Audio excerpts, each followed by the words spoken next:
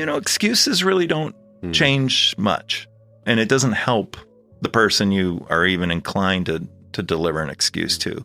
So you really just have to understand where you're at, and you have to figure out what is the most solution-oriented action I can take right now. Because the other just makes people more nervous, makes them less confident that we're going to manifest the end result that we wish to, that we're aspiring toward, So my job is to bring that comfort as much as it is to create the music and to conduct a process that engages everybody. Because in other words, I can't expect everyone to speak in musical terms to me. That's why oftentimes in meetings at the very onset, if I'm meeting with the producers and a director and studio execs, if they come to my studio and we're having a conversation, I'll be like, hang on a second. And then I'll start playing some music just off the cuff, guitar, viol, piano, whatever, so that everyone now has been heard in that moment. And from there, moving forward from then, we have a dialogue.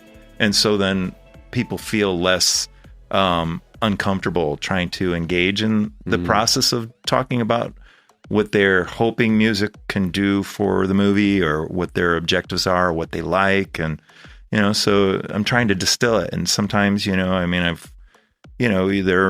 are big movies, some of which you mentioned in the introduction, where the music review process can become a little sterile, right? It's not happening in my studio. It's happening at a studio headquarters or whatever.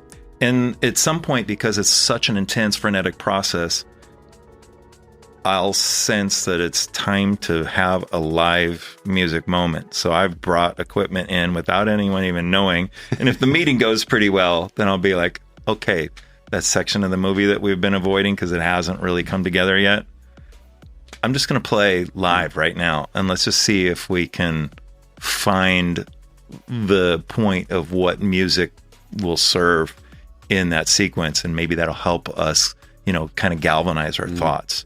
And there's no doubt that's inspiring if I don't screw it up. It's always possible. And that's kind of a weird thing that I think myself and people like me also possess, is we constantly put ourselves in really difficult situations. And it's like we hate to be there, but we want to see if we can handle it.